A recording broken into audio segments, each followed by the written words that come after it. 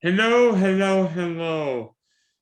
You wouldn't think I'd leave you right now, but we're back for another edition of the Big Deep Podcast. Before I bring in my special guest, please subscribe, like, and share the Spunky Second Sports YouTube page where you can see all content. Just uploaded a video, so you can see that. We got more videos come up, so you can see that. Also, check out the Spunky Spectrum Sports YouTube page and if you like audio podcasts, Spotify and Apple is where you can hear the Big Deep podcast. So joining us tonight is my friend Kyle Senra. Kyle, how things going in your neck of the woods? Doing great, Dylan. I mean, sports-wise, up in Canada, we've recently had the men's national curling championship, the Brier, and what a win by Brad Gushu, winning his fourth Brier title. And with this whole team, Mark Nichols, Brett Gallant, Jeff Walker. It's funny, Brad Gushu, he's been competing at the Brier on the professional tour since the early 2000s, and it took him. Basically, I think he didn't win a Brier until his like 14th or 15th appearance, and now he's won four of the last six. So what a great run for Brad Gushu. Won the Olympic trial back in December, representing Canada at the Olympics. That team won the bronze medal, obviously not the gold they wanted, but the career of Brad Gushu, which actually funny enough started with an Olympic gold medal, he and Mark Nichols back in 2006. So they had that checked off the list, but then they took that Brier title forever. So that's basically what the sports I've been watching this weekend. And then, NFL free agency, man. Wow. What a like now basically almost a week and a half now of crazy NFL news. Yeah, seemingly like there's a full on gas pedal with these moves because basically if you don't get these guys, you're not getting these guys. Yeah, for sure. I think I mean everything starts with the quarterbacks, right? And it seemed that there are three big quarterbacks on the market. Two of them now seem to be off the market. I guess the big move was the Russell Wilson trade, though. The Denver Broncos giving up 2 firsts, 2 seconds, and you'll say 2 starters for sure. Drew Lock was involved in the trade as well, but Noah Fant at tight end, Shelby Harris defensive lineman. Those are two starters in your lineup, as well as among those picks, the 9th overall pick. So certainly a big investment by Denver to make, and a big haul for Seattle to receive. So, what do you think about the quarterback moves that have taken place? For obviously, I mean, with your shirt being a Green Bay Packer guy, I'm sure you were ecstatic to hear about Green Bay keeping Aaron Rodgers in the fold. Absolutely. And I think honestly the most exciting thing about this extension is also finding out the details of the contract, especially of note is the cap hits for this year, especially only 28.53 million. And it's up there for quarterbacks, but not quite to the say a Russell Wilson, who's well into the 30 millions. So from what it looks like, basically it'll be 4 years added to the contract after this 2022 season, but certainly basically he'll be guaranteed to almost be there until 2025. There's a year in 2026 that by that point the cap hits up to like the $53 million, but they can save some of it, but up until then it's going to be losses every time. So great for right now, only 28 million, but it does escalate rather quickly contract wise, at least according to Spot Track. So up into the 30s next year and up to $40 million cap hit in 2024. Again, the NFL kind of expecting to see extra revenue. Maybe the salary cap goes up significantly enough to ease that in. But yeah, it's definitely to make it work better right now, and because the Packers weren't in the best cap situation entering this free agency, so deal is structured in a way where it is kind of backloaded in that sense.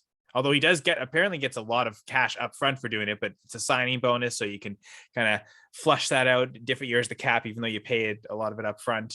So good thing the Packers put all those shares for sale last year, because they did have the kind of the cash up front to kind of do that, the Davante Adams franchise tag as well. So the caps you can make gymnastics with, but you also do need real cash flow coming in dollars to kind of make some of these trades work. And that's where at times some teams are limited. I guess the most famous example of that seems to be Khalil Mack. If you remember back a couple of years ago, where, they could have made the cap hit work, but like for what he wanted contract wise and the guarantees, the Raiders like legit didn't have the actual money to be able to make it work. They were still kind of trying to finalize everything to get to Vegas. And like now that they're there, now that the kind of, the franchise earnings have gone up to where you could afford that, but you couldn't back then. So good for the Packers to make it done. It's not the most obvious and easy situation, certainly. Yeah, it's interesting to me that Green Bay not only kept Aaron Rodgers, but gave him a huge new contract, because when you think of Green Bay, the Packers haven't been a big spender in free agency, have historically used the NFL draft more than just about. I mean, Green Bay and Pittsburgh seemingly use the draft more than any other teams. Yeah, draft and retain your own players, right? And that's something that they've always been more willing to, pay their own pending free agents and get those guys locked up, as opposed to dive into the free agent market. That is one thing, Brian Gutekunst, I think not every decision to agree with, but I think his willingness to go into free agency and go outside the team to get upgrades. A couple of years ago, it was Preston Smith, Zadarius Smith, and those two things really worked out. I know, unfortunately, cap complications, they did just have to release Zadarius Smith. That seemed like a obvious thing. I know they saved just like about $15 million, more than half of what his contract was, just by releasing him. So they kind of had to do that as a way to kind of help get under. But certainly a couple of great seasons, especially that 2019 season where my co-host on the Full Press Packers pod, Jesse Hall, and I, we both say that Zadarius Smith was the team MVP in 2019. Obviously Aaron Rodgers back-to-back MVPs 2020 and 2021, but 2019 not so dominant of a season from Aaron Rodgers. I think he failed to hit 30 touchdowns, actually, if I remember correctly. I think it was, I think he only threw like 2 or 3 interceptions, of course, but I think he only had about 27, 28 touchdowns. So it was a down year for him. I know there's a lot of rushing touchdowns. David Bakhtiari was still the best left tackle in the game, but Zadarius Smith to me was the true team MVP. So some moves worked. And De'Vondre Campbell, I think last year as a free agent, got him to a 1-year deal, and now he's also been extended. So I think that was like the 3 biggest wish list for me is, okay, Aaron Rodgers, Davante Adams, and De'Vondre Campbell, and cost Zadarius Smith. But I think they've been able to keep Preston Smith and restructure his contract as a way to get those 3 big pieces in Aaron Rodgers, Davante Adams, that quarterback wide receiver combo, and then De'Vondre Campbell, that quarterback on the defense, the inside linebacker, the signal caller, and first team All-Pro last season for a guy that was a street free agent, I think, into July, and the Packers kind of took a chance, and he came up and was arguably the best inside linebacker last year. So I think kudos to Gutekunst again for getting Campbell last year and being able to get a good contract for him this year. The cap hit for 2022 only $4.25 million. That's insane for a linebacker of that caliber. And yeah, it'll be backloaded, kind of like Rodgers' contract, but again, deal with that cap problem later. But it really works for this season. I was curious to see, because when they first announced it, it was going to be 4 years, I think close to 40 million. Okay, a 10 per average, and the cap hit isn't even half of what the average is this season. So yeah, it's going to be down the line, it's going to maybe cost more, but for now, this is I think a great. I know as a Packers fan, I feel great about how this free agency period has gone so far. I think they can backfill the rest of their needs with lesser pieces, but to get those 3 guys, Aaron Rodgers, Davante Adams, and De'Vondre Campbell, for at least 2022, I think is massive. I look at what Green Bay's done, and the Packers are clearly all in on 2022, because Green Bay's going to be in the same kind of problem the Saints have been the last 4 or 5 years, where they're being salary cap, what. It's not if, it's a question of when. But I think easier to stomach if you've got a guy like Aaron Rodgers playing, and you can kind of constantly be competing for the Super Bowl. You can kind of justify that a little, as long as the NFL doesn't have any cataclysmic events such as a pandemic. And even that, like, no NFL games ever got canceled because of COVID. Right. So it's, tough to say that anything really truly awful happened, but we saw the cap kind of drop. I would maybe say a little premature and fearful of the owners more than anything there. But regardless of my feelings about dropping the cap, it seems like the revenue should at least be there to where you can always pay the bill forward as long as the NFL keeps existing and making money, especially with this new TV deal upcoming in the next 2-3 years where things should really boom. Yeah, so what do you think Green Bay should do draft wise? Because with the 28th pick, I think there are a couple key areas. One, right tackle, because you guys need Aaron Rodgers is not getting any younger and he needs all the help he can get. And two, wide receiver, because in the division round against San Francisco, it seemed like Davante Rodgers trusted Davante Adams, Aaron Judge, and nobody else. Yeah, Aaron Jones. It's funny because Jones has led the Packers in receptions. I now think 3 straight years. A big part of Matt LaFleur's offense is passing to the running back, and he'll probably lead the Packers or be second on the Packers in receptions in 2022. That wouldn't shock me at all, regardless of if they do what you say. And I do agree. I think wide receiver is a big need. Davante Adams is there, but outside of him, I think under contract they've got Randall Cobb still, and even that, if they really needed to get out of it money wise, they probably could. I guess Alan Lazard has just been re-signed, so you've got him, and then you've got Amari Rodgers still on that rookie contract, and yeah, you've got a guy like Dwan Winfrey. I'm looking through the spot track cap hits, but mostly Adams, Cobb, Lazard. That's your main three. Don't really trust Amari Rodgers as the fourth wide receiver in this offense. That fourth receiver is going to get targeted enough. So yeah, I agree. A first round rookie would look great there. And I agree with you that right tackle might be an issue. Zadarius Smith, not the only cap casualty. They've also released Billy Turner. So suddenly the Packers starting offensive line, assuming David Bakhtiari is back healthy, he'll be out at left tackle. Josh Myers at center. John Runyon Jr., a 2026 round pick, played a ton of snaps. He was the week 1 starter at left guard and held that spot the entire year. So expect him to be the week 1 starter in 2022 at left guard or right guard. I expect he'll be starting at one of those guard positions. And then you've got Royce Newman as well, who was a 4th round rookie last year. He did start some games, but then Lucas Patrick ultimately took his spot.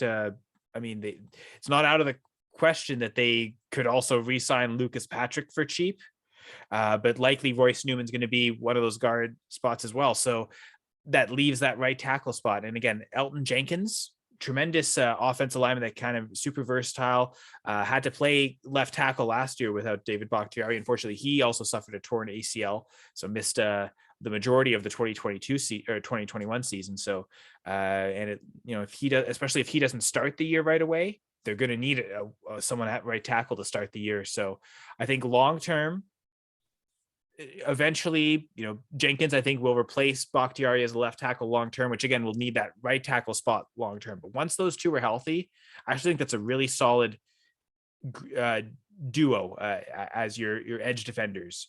Now, if the Packers do find some amazing right tackle that can start week 1 and he's doing so great, when Jenkins comes back, maybe you just put him at left guard next to Bakhtiari and you have like the best left side possible in the NFL. So I could see something like that.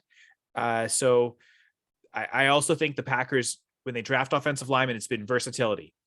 They weren't necessarily sure Josh Myers was going to be the center, but then he got to training camp. Okay, they would have been fine. Like if Lucas Patrick had to play center, Josh Myers played guard if he didn't quite get it. So I think more than anything, if the Packers do go after an offense lineman in the first round, it's okay, best available, and preferably a guy that you could almost play inside or outside, like has the ability to play tackle, and that's maybe what you're targeting.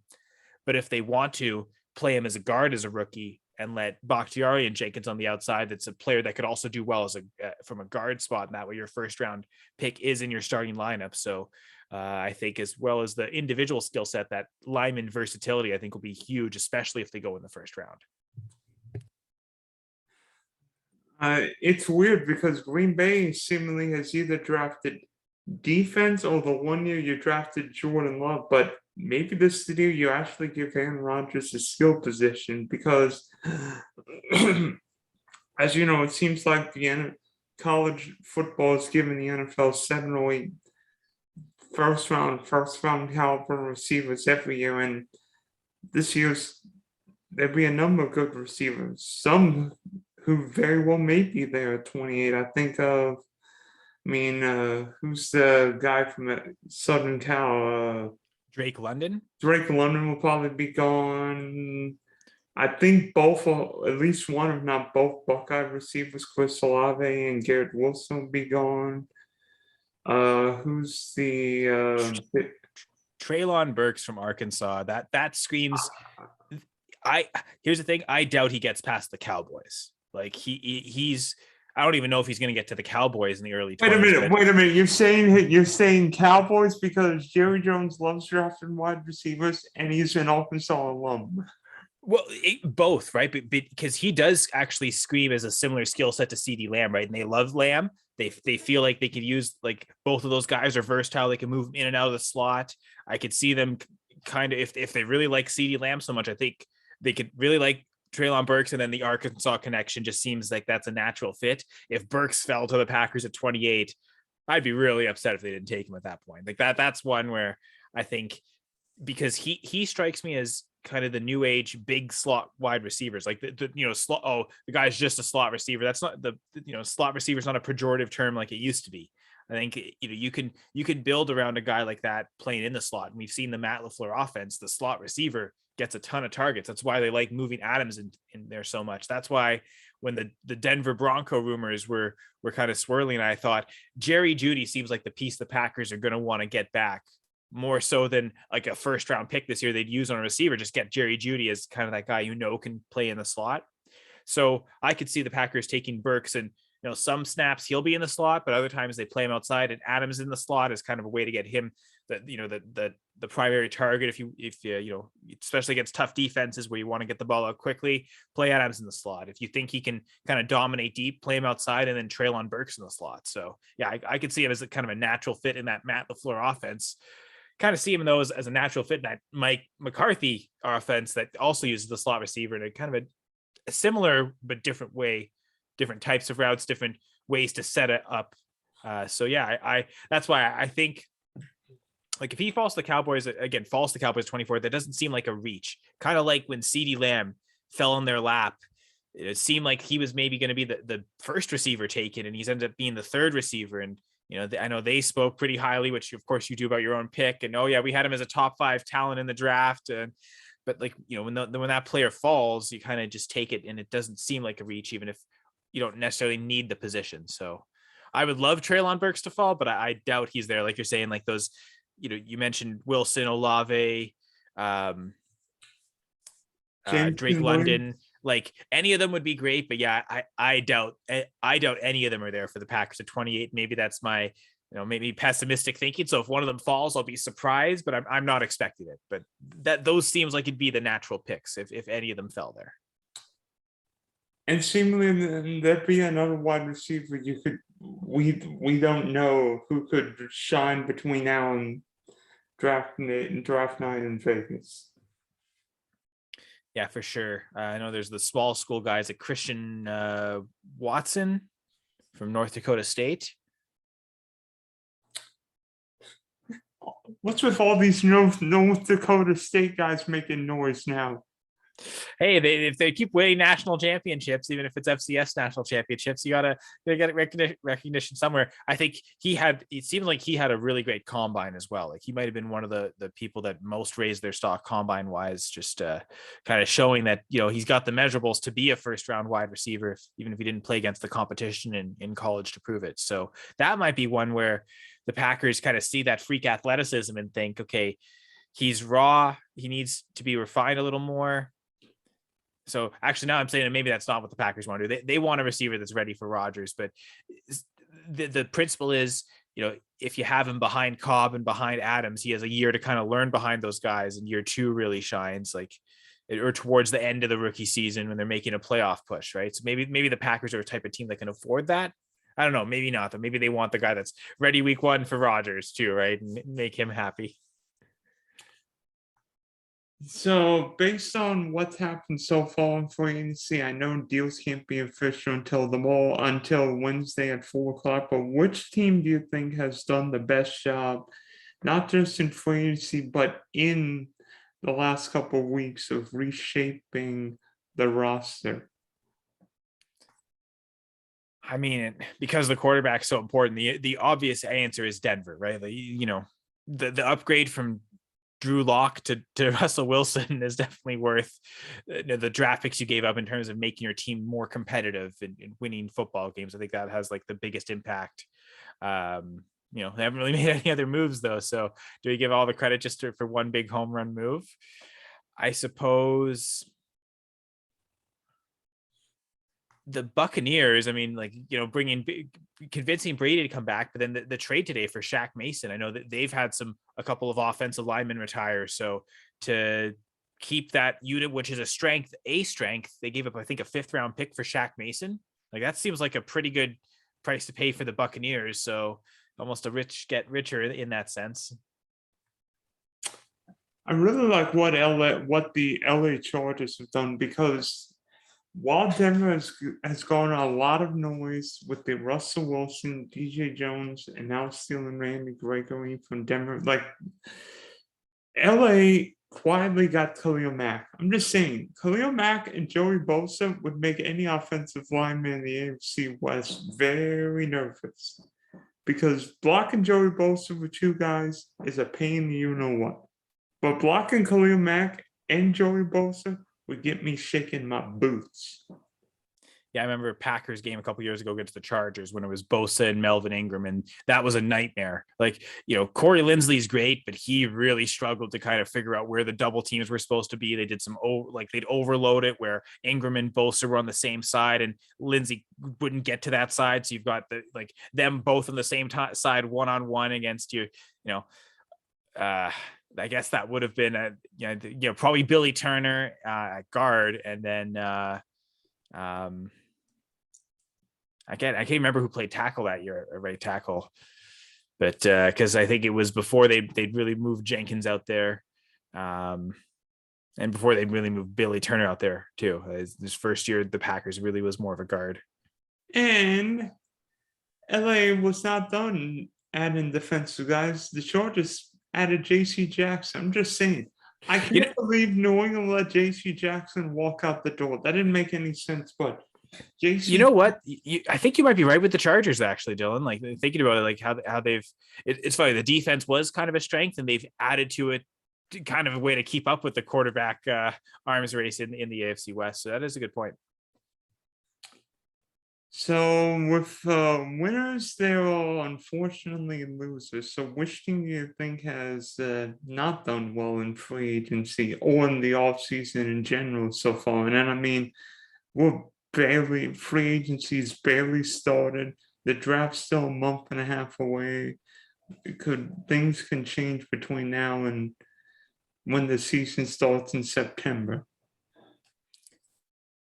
Yeah, well, I mean, you might have hinted at the Patriots, right? Like just not like losing the players they lost, and it seemed like last year that the big deal of bringing both tight ends in Hunter Henry and Jonnu Smith. But from what it seems like, some reports about Mac Jones, he actually prefers the 11 personnel, try and spread out the defense type of offense. So not so much into using two tight ends, and so maybe I think you needed to kind of this year tailor your free agent wide receivers to Mac Jones' skill set. And I don't know. I don't think they've really brought anyone in. They're kind of running with that same group: Aguilar, Bourne, maybe Jacoby Myers as well. So I think if the limitation of the Patriots offense was the wide receiver core itself and how it's used, I think you needed to kind of add to that personnel group. If the the two tight end personnel isn't really what Mac Jones wants, you need to kind of find a receiver to fit his skill set. So I think maybe, just like you're saying, the losses, Jackson on defense, I mentioned Shaq Mason on the offensive line, and then maybe the lack of going out and getting the wide receivers that you needed. Because here's the thing, the Jags may have overpaid Christian Kirk and maybe that's what it cost to get him. Maybe the Patriots really want him, but that seems like the type of receiver skill set wise that would fit with what Mac Jones wants. Yeah, the good yak guys. Which in theory should be Jonnu Smith, right? But I guess, supposedly he was really slow to learn that playbook last year. Now it's not Josh McDaniels anymore. I don't know if that's going to help him. So maybe the Patriots' key moves from last year actually pay off this year, and Jonnu Smith especially. But I still feel like they're one wide receiver short in that receiving core. I like Jacoby Myers, but I think you need that.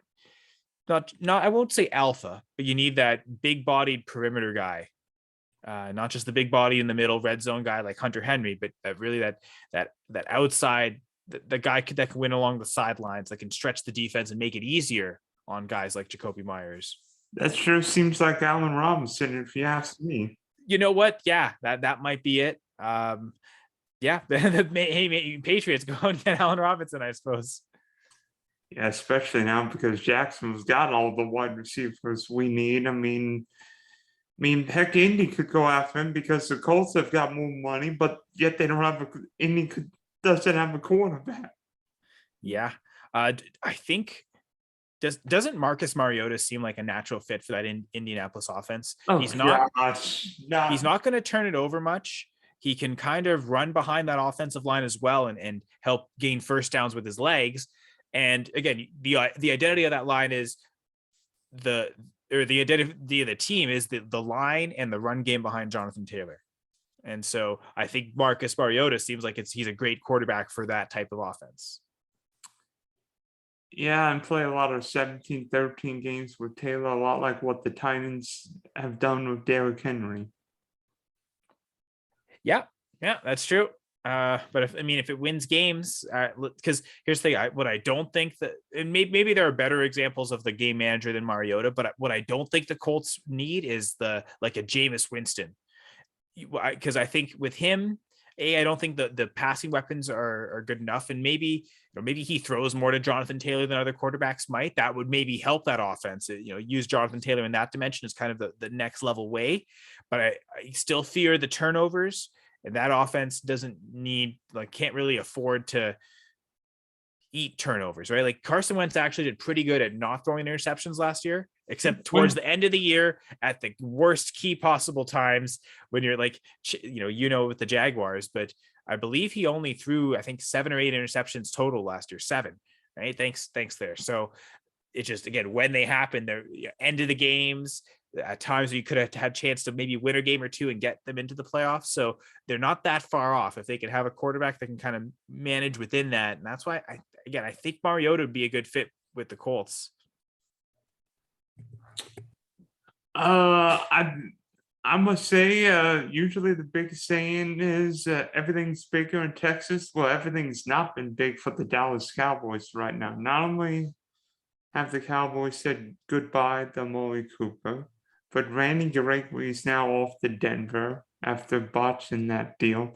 I mean, the Cowboys are not the same team from that wild card game. Dak Prescott became a different quarterback. Not the minute, but the second Jerry Jones got Amari Cooper.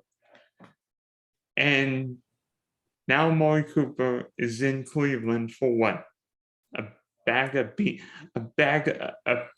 beans and a 12-pack. Depends what flavor the beans are. Those might be pretty good, but it's funny because you're right. Getting Amari Cooper, it also kind of allowed Dak Prescott to elevate his game. He wasn't suddenly, what we saw the first few years, Cole Beasley and Ezekiel Elliott especially heavily targeted because they're open, and he was a very much a see it thrower. He'll find the open guy quickly and efficiently and get it to that open player, but wasn't throwing a lot of anticipation balls, wasn't throwing a lot of contested catches, which is why Des Bryant, his role really suffered when Dak Prescott got there. Now we've seen Dak get that anticipation and that timing and that rhythm a lot more. So, and I mean, I think obviously Amari Cooper helped that along the way, but now that Cooper has come and gone, I think those tendencies with Dak, I think he is a different quarterback now than he was before. like you're saying that the moment Amari Cooper arrived. But so you obviously you're losing the player that is Cooper, the great route runner that he is. But can Dak still take those things, the timing, the anticipation, and apply that to, frankly, a receiving core that he's pretty familiar with? It would have that chemistry with CeeDee Lamb, Dalton Schultz on the franchise tag, Michael Gallup. We'll see what his recovery from ACL surgery will be like. But I don't think it's awful. I still view Dak as, I guess right now behind Aaron Rodgers and Tom Brady, who's the third best quarterback in the NFC. I mean, I think it's probably Brady, Stafford, and Rodgers in that order. It will. And oh, really? You think at this point Stafford's better than Aaron Rodgers? Interesting, because I would think that's the top. I mean, in any order. Okay, it's probably. Well, actually, that is a good one because Stafford. He does have this. He is the defending champ right now, so I think Stafford does deserve credit as. At you least also look at it. Sure. Stafford threw more fourth quarter touchdowns than any quarterback in football last season. Also, I think, did he lead the league in interceptions though? Was it a little too much turnover prone? I don't know. Stafford and Burrow seemingly threw a ton of interceptions, but so what? They played in the Super Bowl. Yeah, right. Which shows that how, and I guess it's funny, fantasy football, especially in leagues where interceptions are only -1, maybe -2, it's not that big of an impact. You don't tend to worry about the interceptions too much when like doing the fantasy analysis. And that year that Jameis was 30-30, much better for fantasy than he was in real life NFL. I mean, if your leagues were, maybe a +6, -4, okay, that's a bit more of an impact. Harsher penalties for interceptions, but for the most part, much better fantasy than real life quarterbacks. So it's funny how that does turn around sometimes, but I still think, outside those top three, I think Dak Prescott's the next best quarterback in the conference. And I don't think like the gap to me between Stafford and Prescott is probably not as big as Stafford and Prescott and whoever's next. Like who's the QB5 in the conference, right? Oh gosh. Jalen Hurts? I don't even know who would be 5. Kirk Cousins. It's probably Kirk Cousins, actually. Oh, gosh. I guarantee you he's making more money than both of us all this year. But, I mean, I think Dak, I mean, even without Cooper, I think I still prefer Dak. Maybe Kyler. Kirk Cousins. Maybe Kyler. Yeah. I think eventually Justin Fields could develop into that, and that's a fear for as a Packers fan for another day, hopefully, because I think right now it's still the Packers ruling the North. Yeah, look at Green Bay's quarterback division with Jared Goff, Kirk Cousins, and Justin Fields. You should be thankful you've got a wonderful quarterback division and not be in AFC West with Mahomes, Herbert, Russ, and Derek Carr. Yeah, I mean, and I think I would take Cousins over Carr, but it's not like immediately obvious that the second guy in the NFC North is that much better than the fourth guy in the AFC West. That's a good point there. I think I'd probably take Cole. Might be a smidge more athletic. Yes, but I think if you've got the perfect offense and the defense to carry you, I think maybe you want Carr, because it seems like if you've got like a Sean Payton, for instance, and he's everything set up for the first read real quick, then yeah, maybe I do want Carr over Cousins. But it seems like when, outside of structure, when the play breaks down, not that Cousins is going to escape the pocket mobile, but he can, he'll get through his progressions quicker. He'll get to the second, third read and find the open guy. Whereas Carr, if his first two guys aren't there, it gets really difficult. It seems like the timing's not as key. So I don't know. I think I still prefer Cousins over Carr, but if you tailor the offense to Garrett Carr, I think I could see the ceiling of what you're saying, the arm being there. Again, if you let him throw to Michael Thomas and Alvin Kamara, if you could like fuse the core, like and add Darren Waller to that as well. Give him a half decent wide receiver core. You imagine what he'd do with Justin Jefferson, Adam Thielen, and Dalvin Cook. And Kirk Cousins was great last year, but like he's not. It doesn't seem like he's like otherworldly outstanding compared to when he had like maybe just Jordan Reed in Washington. Like he still managed to make that work really well. So I think he like, to me, he can kind of fit in any offense. Whereas Derek Carr, you've really got it like the great offensive line, and you really have to make it work more. I think he can, again, I think Cousins can get more for less. So that's probably why I'd still prefer him. But again, the fact that we're even discussing that, like the second best guy in the North versus the fourth guy in the AFC West, and we're not even really sure that Cousins is that much better. It's a tough discussion, kind of like you're saying, says to the depth of the quarterback play in that division. Or maybe the lack of quarterback play in some divisions. Well, and I mean, to be fair though, I don't think any division really measures up to the AFC West in terms of quarterback play. Like I think you look at all divisions and you kind of say like the same thing. Like, okay, you maybe have one guy, like even that, like Brady, right? He's there, and then is Matt Ryan really your second best quarterback? Like that's one where I'll take Derek Carr for Matt Ryan. That I'll probably pretty easily do that at this stage of their careers, especially.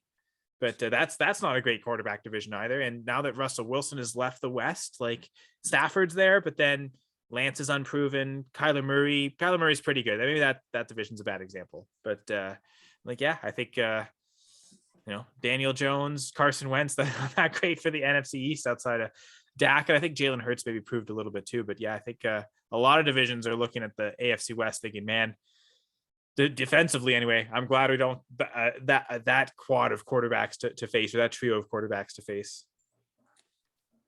Yeah, so thanks off and on, Kyle. We wish you Packers well, and hopefully Aaron Rodgers gets another Super Bowl ring, because it's been way too long. I would love that so much. And I mean, good luck to your Jaguars. I definitely like the coach they have now. And I think, certainly the seeds of success could be planted, I think now, and we could see maybe some semblance of what Trevor Lawrence is expected to be. But I think the Peterson hire was a pretty good one. I don't know if that's a sore spot for you, if you thought that was good, or if this is going to lead to another rant before we get out. But thanks for having me, Dylan. There will be no rants on coaching, at least until the preseason.